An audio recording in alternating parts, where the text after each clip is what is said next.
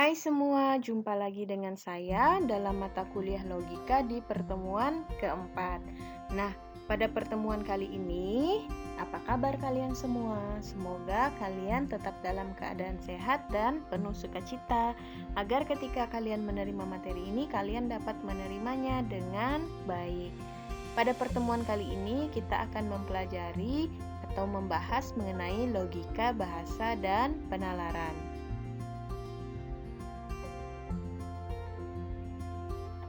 Kemarin di pertemuan-pertemuan sebelumnya, kita sudah membahas mengenai pengertian logika, sejarah logika, jenis-jenis, manfaat, dan untuk apa sih kita belajar logika. Nah, pada pertemuan kali ini ada beberapa hal di pertemuan sebelumnya yang akan kita bahas, terutama untuk pengertian logika. Mungkin kalian masih ingat, logika secara etimologis itu merupakan hasil pertimbangan akal dan pikiran yang diutarakan melalui kata yang dinyatakan dalam bentuk bahasa.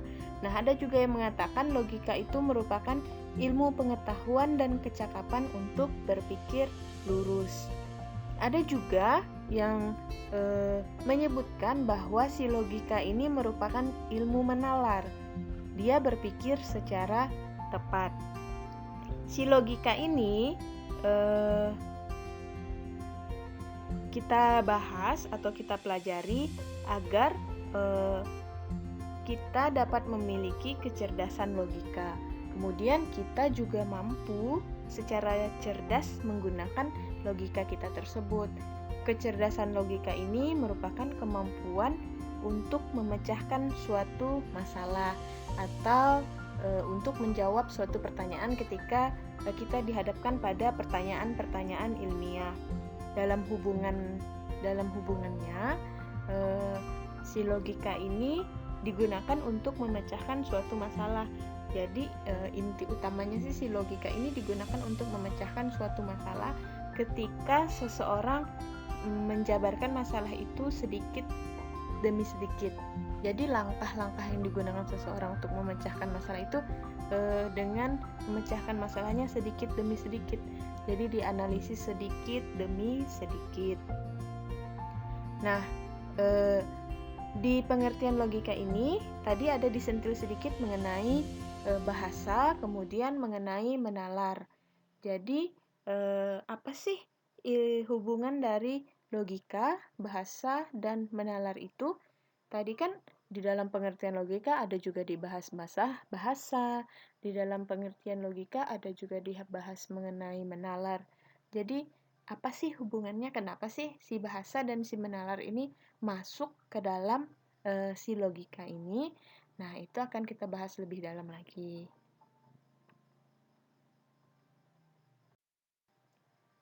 Pertama, kita akan membahas mengenai penalaran. Penalaran itu merupakan cara menggunakan nalar kita dengan pemikiran atau cara berpikir logis. Nah, tetapi tidak semua berpikir itu adalah bernalar. Meskipun penalaran itu merupakan pemikiran, tetapi tidak semua berpikir itu merupakan bernalar. Jadi tidak semua kalian berpikir itu disebut dengan kalian sedang bernalar. Kenapa sih seperti ini? Karena dalam penalaran itu kan kita memerlukan analisis-analisis. Jadi sifat analitik itu sangat diperlukan dalam proses bernalar. Contoh dari kita berpikir tetapi tidak bernalar itu adalah ketika kita sedang melamun, ketika kita sedang mengingat-ingat hal di masa lalu. Jadi itu tidak termasuk ke dalam proses bernalar karena kita tidak melakukan kegiatan menganalisis atau sifat analitik itu tidak ada di dalam kegiatan kita melamun, kegiatan kita mengingat. Kita hanya mendeskripsikan ketika kita melakukan proses mengingat kembali masa lalu kita itu seperti apa, kenangan-kenangan kita itu kita hanya mengingat kembali, itu hanya mendeskripsikan kembali, tetapi kita tidak menganalisis. Dan ketika kita melamun juga kita tidak menganalisis. Nah, hal-hal itu disebut dengan berpikir, tetapi kita tidak bernalar. Jadi sifat analitik ini juga sangat penting dalam penalaran. Nah, sifat analitik ini juga terdapat dalam si logika. Makanya penalaran dengan logika ini sangat berhubungan erat. Kemudian, tadi sudah disebutkan dalam bernalar kita perlu menganalisis. Jadi, perlu diingat kembali bahwa berpikir tidak mesti bernalar, tetapi bernalar sudah pasti berpikir. Nah, selanjutnya ini mengenai bahasa. Bahasa itu merupakan suatu ungkapan yang mengandung maksud untuk menyampaikan sesuatu kepada orang lain. Bahasa juga disebut sebagai alat komunikasi antara anggota masyarakat berupa simbol bunyi yang dihasilkan oleh alat ucap manusia. Nah, si bahasa ini merupakan alat berpikir yang apabila dikuasai dengan baik dan digunakan dengan tepat, maka akan dapat membantu kita memperoleh kecakapan berpikir atau berlogika dengan tepat. Bisa juga dikatakan kita berpikir logis. Nah, logis atau masuk akal merupakan ukuran yang hampir selalu dipakai dalam kehidupan sehari-hari, tidak hanya dalam kegiatan berilmu. Dalam pembicaraan yang tidak penting pun, berpikir logis ini perlu kita gunakan ketika kita berbicara dengan lawan bicara kita. Dalam berilmu, mengembangkan, memahami, dan mengkomunikasikan si ilmu, logis atau tidak merupakan ukuran mutlaknya. Jadi ketika kita mengembangkan, memahami, dan mengkomunikasikan ilmu, kita dapat mengukurnya menggunakan berpikir logis ini. Nah, alat ukurnya juga itu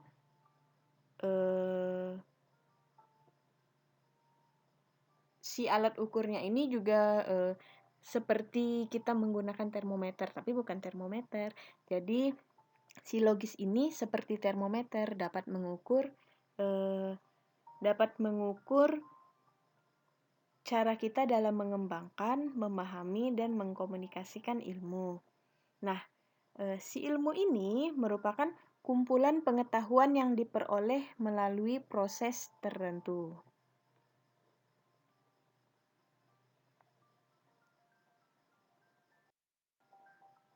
Proses berpikir tersebut meski atau harus dilakukan dengan cara tertentu, karena itulah dasar dari disiplin ilmu. Proses menuju kesimpulan biasanya hanya dianggap sahih jika dilakukan menurut cara tertentu yang disebut logika. Sahih itu atau biasa disebut dengan mutlak. Jadi proses kalau kalian ingin mengambil kesimpulan disebut valid itu jika dilakukan berdasarkan logika. Jadi sederhananya si logika ini dapat didefinisikan sebagai pembicaraan mengenai bagaimana kita berpikir secara valid, atau bisa juga dikatakan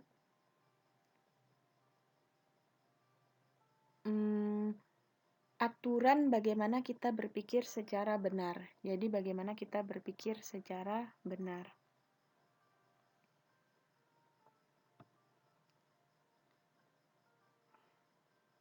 Nah, ukuran-ukuran dalam logika tersebut itu menjadi penentu untuk menguji apakah seseorang telah berpikir secara benar atau salah. Cara mengujinya itu bisa dengan serangkaian hukum atau pola. Jadi bisa kita ukur dengan pola atau hukum. Nah, pola dasarnya adalah bagaimana pengetahuan baru disusun dari pengetahuan lama. Jadi kita berpijak pada pengetahuan lama untuk mendapatkan pengetahuan baru secara konstruktivisme. Nah, disinilah peran premis dan kesimpulan. Jadi untuk mencapai kesimpulan itu kita harus mengetahui premis-premis sebelumnya atau pernyataan-pernyataan sebelumnya. Si logika ini bertolak dari beberapa premis atau sejumlah premis yang sudah diketahui.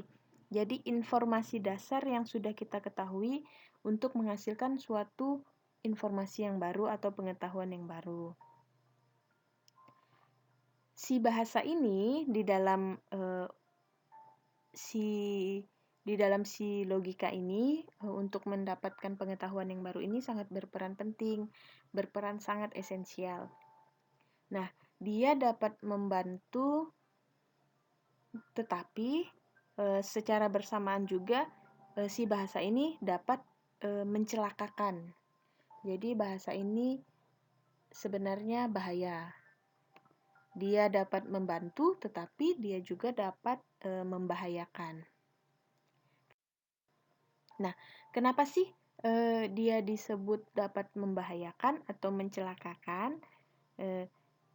Dia dapat membahayakan atau mencelakakan jika dia tidak digunakan secara tepat atau digunakan secara salah.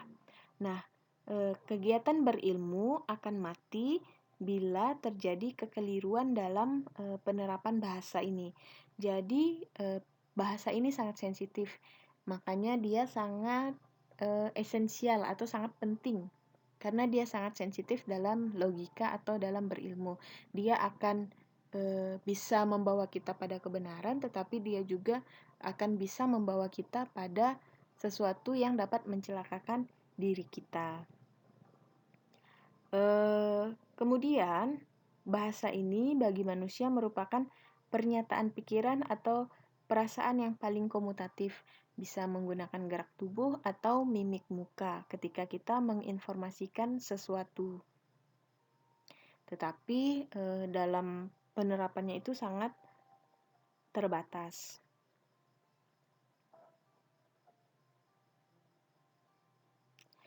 Sama seperti si penalaran tadi, sama seperti penalaran tadi, si bahasa ini memiliki logikanya sendiri.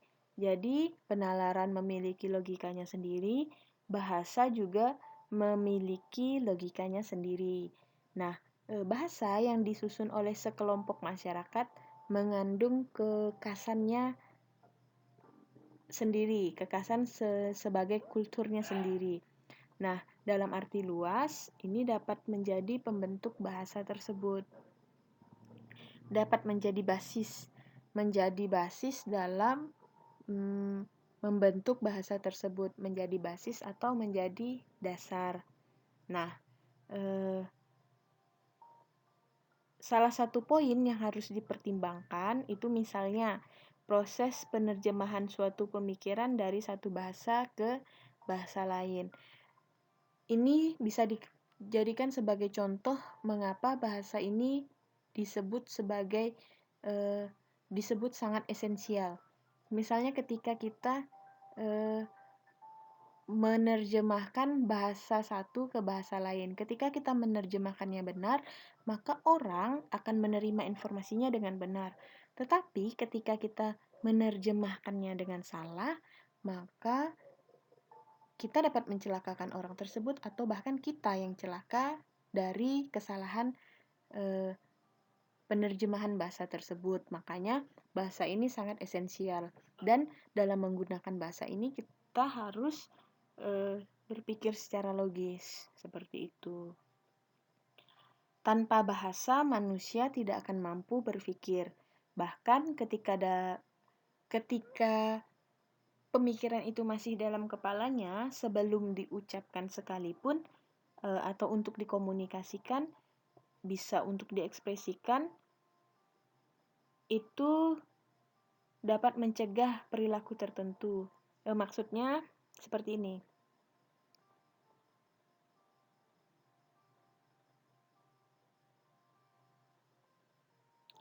Maksudnya seperti ini, ketika masih di dalam kepala kita, belum kita bicarakan, belum kita ungkapkan atau kita ekspresikan sedikit pun, nah sesuatu yang kita pikirkan itu sudah terbahasakan di dalam pikiran kita. Seperti itu. Kalau kita tidak memikirkannya, maka tidak terbahasakan di dalam pikiran kita atau bahkan tidak bisa kita ucapkan.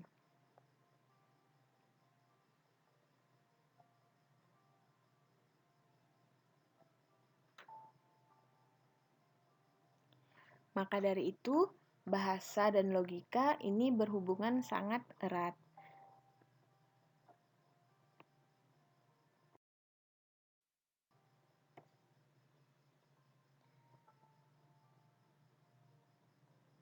Baiklah, untuk materi pada hari ini kita cukupkan sampai di sini.